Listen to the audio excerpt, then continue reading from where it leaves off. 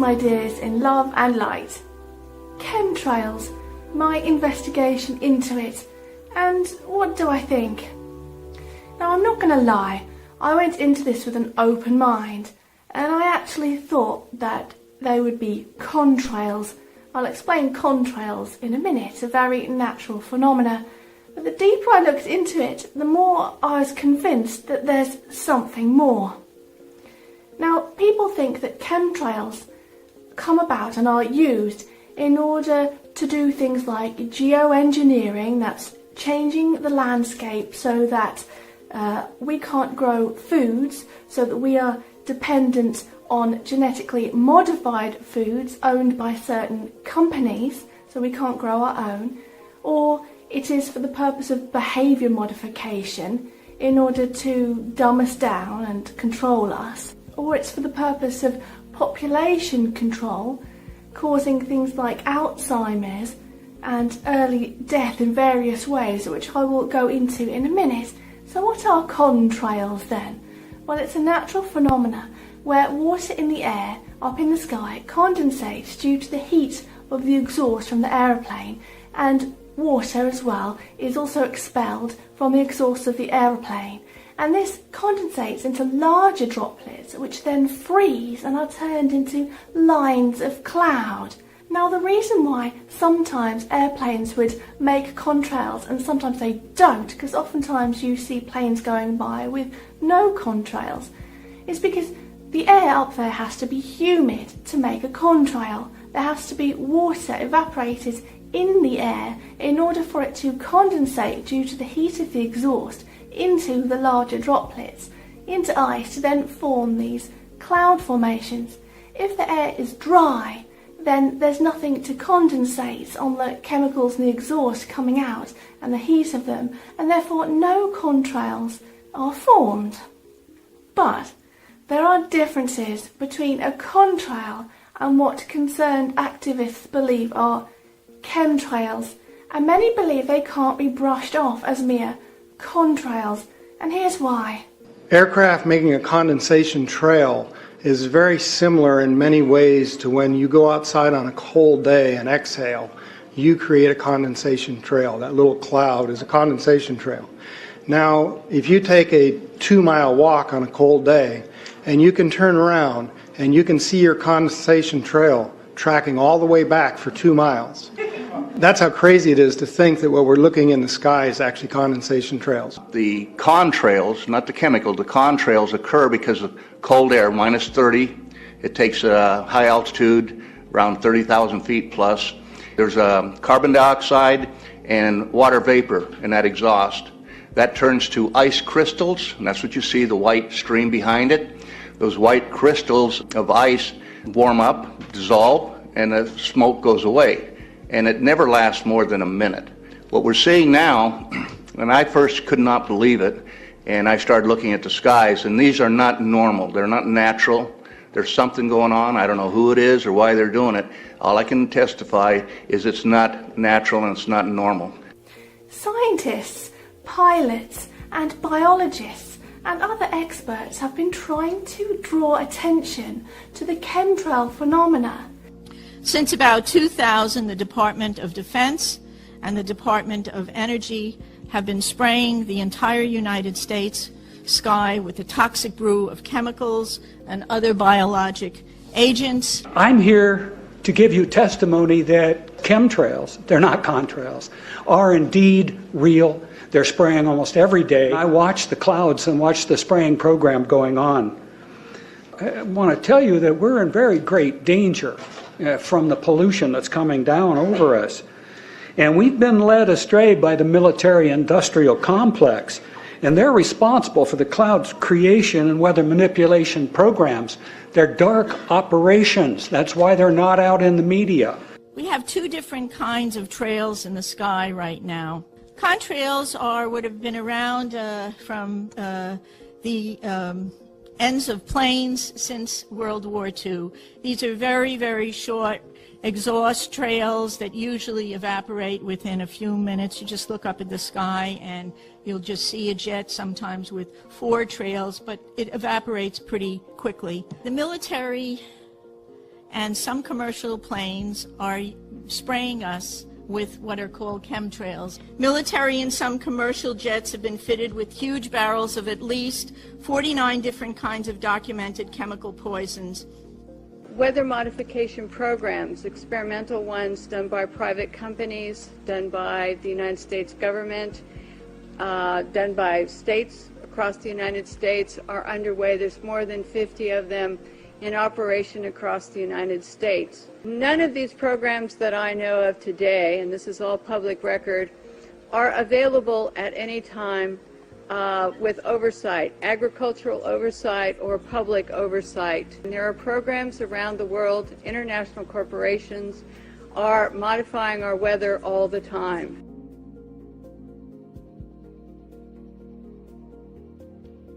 The death dumps, otherwise known as chemical trails, are being dropped and sprayed throughout the United States, in England, Scotland, Ireland, Northern Europe, and I have personally seen them not only in the United States but in Mexico and Canada by the United Nations.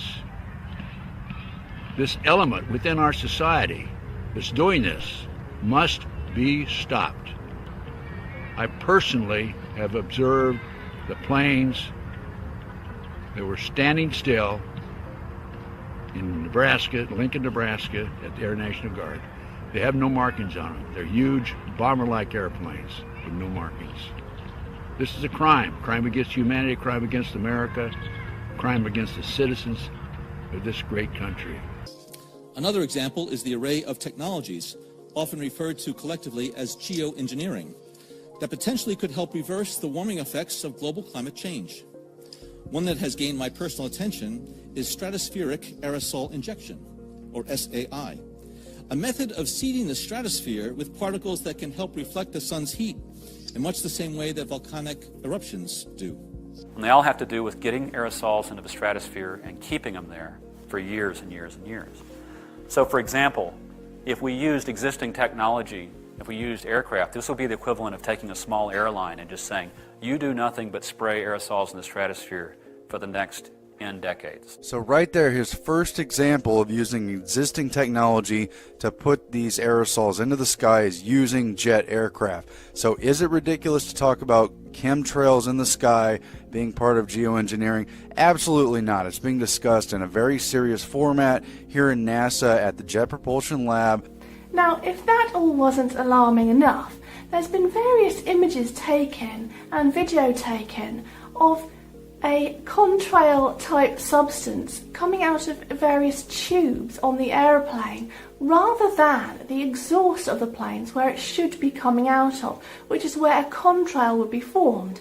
Now, if it's a tube, it's not heat from exhaust causing contrails. There's something else being sprayed out of these tubes. It's very dangerous to talk about this. As long as people talk about the normal stuff on the internet, they're okay. The agencies have been told to leave this alone. Now, the pilots probably don't know what they're doing. The crews that put it in, they have no idea what it was for. We believe that it was sold to governments as global warming fix. We believe that, but it wasn't. And some might wonder how it could be that a passenger jet that's full of people and their luggage could carry tanks of chemicals as well in order to be spraying. But it's hypothesised that many flights over time, loaded up with smaller aerosol tanks spraying out of smaller tubes, would have accumulative effects over many years. Generally, it's reported, though, that large, unmarked planes are those seen spraying large amounts. And this would make sense because they would have plenty of room inside for tanks, potentially. You may notice that the planes come, spray and go. Then the trails spread out across the sky. One viewer sent in these pictures as a perfect example. And as expert Rosalind Peterson points out to the United Nations, one jet can leave a persistent jet contrail which will spread across our skies. That trail can expand to 4,000 kilometers and last for 20 hours. This was unheard of in the early 60s and the 70s, and it wasn't until the late 1980s that there was a change and we started to have persistent jet contrails that persist. When crossing the United States 2 days ago, we saw this man-made produced haze all the way across the United States. There were a few real clouds. Chemtrails can often be seen in rows. Passenger jets usually follow flight paths, but I don't think these have heard of a flight path. It looks like they're trying to cover as much ground as possible. Now remember what I said about the aircraft flying through areas of humidity and non-humid air, therefore not producing contrails, but some of the contrails seen seem to sputter on and off. Is the aeroplane really flying through humid air and non-humid air at such a rapid rate for the contrail to be sputtering on and off like that? So could it therefore be a chemtrail where they're struggling to get it going or to turn it off instead? Experts have been sampling soil and water samples all over the world over the last 15 or 20 years. In particular now, they've been noticing that there's an increase in aluminium deposits, as well as barium and strontium, and various individuals from the chemicals and aviation industries have come forward reporting that these chemicals that are supposedly being used for chemtrail spraying contain aluminium, barium and strontium. The type of chemicals they are using are aluminum, barium, strontium. You want some figures? Okay, latest water test. Tested the rain. 13,100 micrograms per liter of aluminum in the rain in 2013. Normally, it should be 0. In the snow on Mount Shasta, pristine Mount Shasta, 61,000 micrograms per liter. 4 times the amount that is found in the soil up there. Where in the hell is this stuff coming from if it's not coming from the soil? Believe me, I'm seriously concerned with what I'm watching. As a wildlife biologist, I've been watching the ecosystem collapse. When you lose all your stream organisms, when you have aluminum overload in your streams, you're killing your microbial bacteria and you're disrupting the entire ecosystem. So it goes way beyond just a little bit of pollution. How did Monsanto know to create aluminum-resistant plants? I don't think I've heard anybody ask that question. We need to address in the future is how these programs are impacting microclimates needed for our crops to survive and needed for pollination. If you take and you put up into our skies chemicals to reduce the amount of sunlight reaching the earth, you are going to begin to reduce crop production. Studies at the University of Illinois on corn crop production show reductions.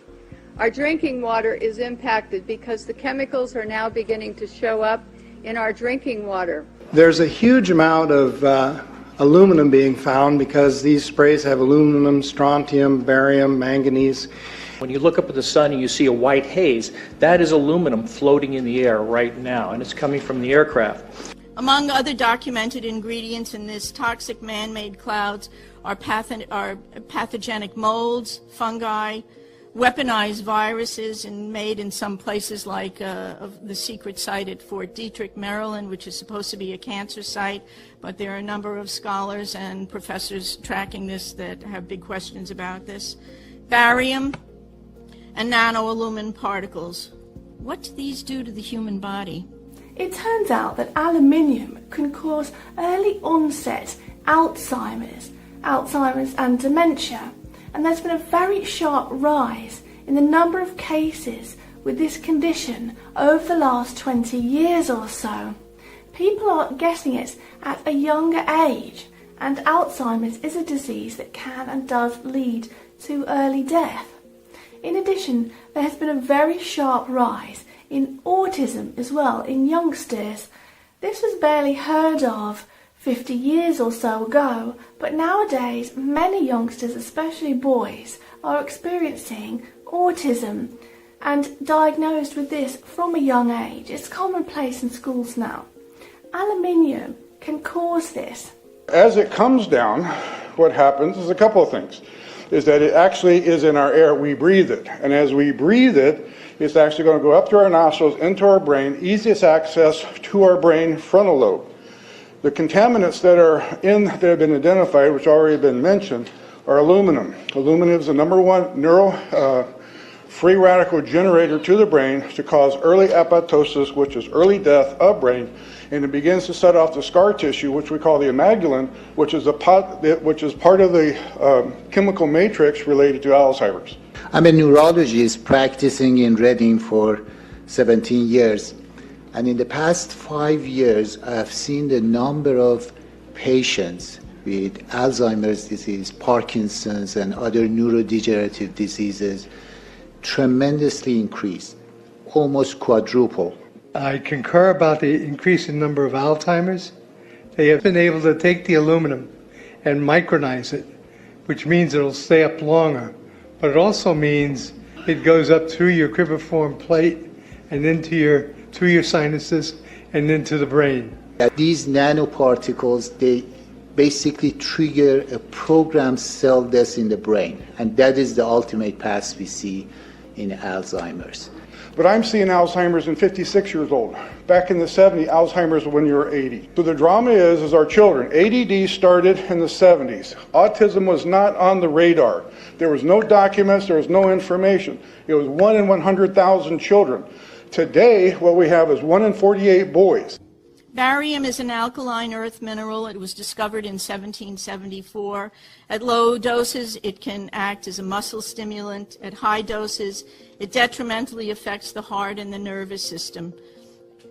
Barium is toxic to all mammals, and that means not just humans.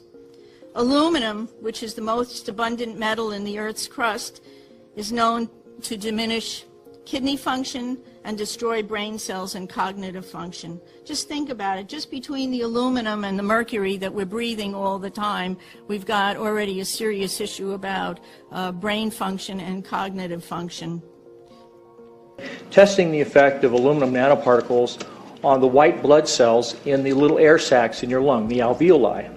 And what they found in this 8-year study was that these particles, when you're exposed to them long enough, it suppresses the ability of your white blood cells to defend you from airborne infections coming into your lungs. So it suppresses your immune system.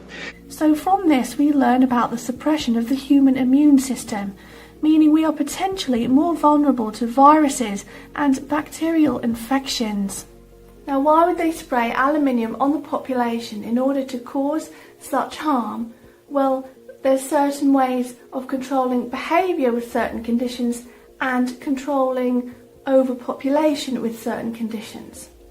This is Kristen Megan. She worked for a government organisation relating to the regulation of chemicals, and she found large amounts of chemicals containing barium, strontium and aluminium that was going unaccounted for. My job in the U.S. Air Force was working in bioenvironmental engineering. To summarize it, in an attempt to debunk this conspiracy theory as I thought it was, I didn't debunk it. It literally changed my life. One day I was going through that computer system, which if you want to look it up, it's called an Air Force Form 3952. It is the approval of hazardous materials. I was finding tons and tons of large quantities of aluminum, barium, strontium in the forms of oxides and sulfates. We had to know what was being used, why it was being used, tracking it cradle to grave. One of the legal requirements in approving these is looking at what used to be called the material safety data sheet. On that sheet, it's going to list the manufacturer. These electronic MSDSs did not have a manufacturer name. They were very vague. They almost looked to me like somebody had made it and scanned it into the system. So I asked the question, what is this being used for? If this is real and they are spraying this, it's going to get to the ground. So I conducted air sampling, I conducted soil sampling, and I was getting high levels of these contaminants. I never in my life thought I would have somebody look me in the face and tell me, I am questioning you. Is there something wrong with you? You've been looking really depressed lately. You know I can put you under a mental evaluation for up to 120 days. Who would take care of your daughter? Because I was divorced at the time. As soon as I heard that, I knew. It validated everything I ever thought. And I thought, I've spent 9 years of my life trying to protect human health, and here we are, violating law after law after law. Just sitting here, instead of protecting the people, we are poisoning the people. I've had pilots come forward. I've had people come forward that actually load the canisters on the planes.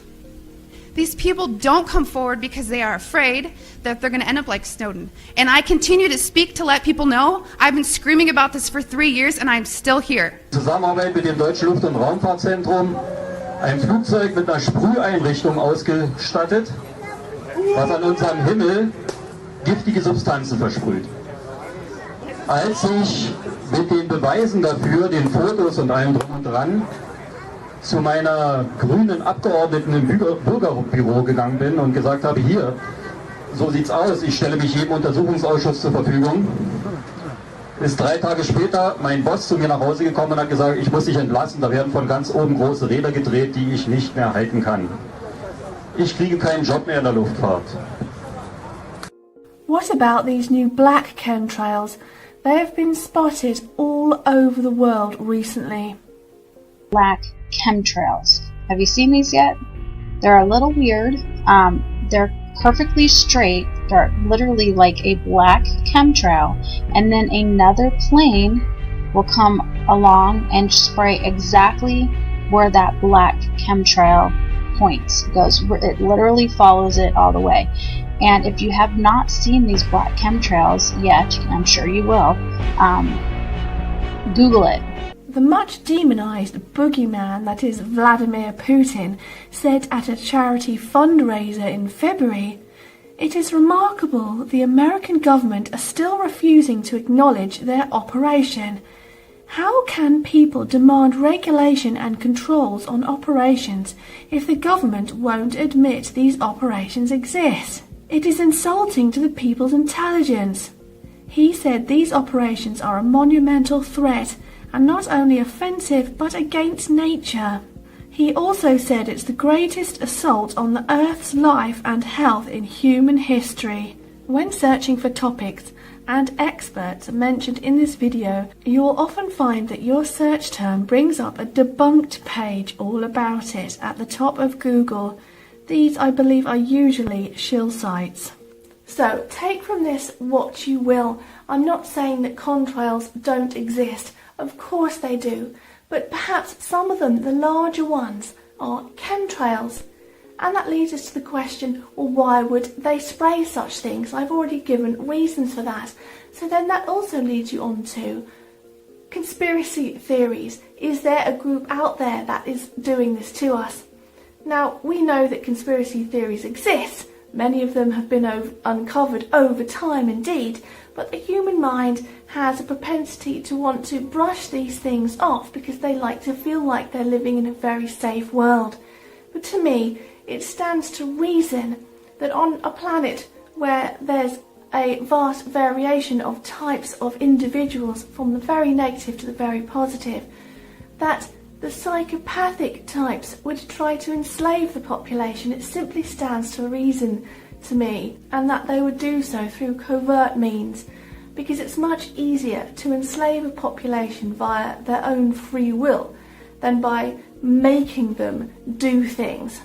And as for chemtrails, I think there's definitely something in it, because I would hate to call those experts liars who have come forward and risking their lives potentially to do so. So I think it's important to keep an open mind on this subject and stay vigilant.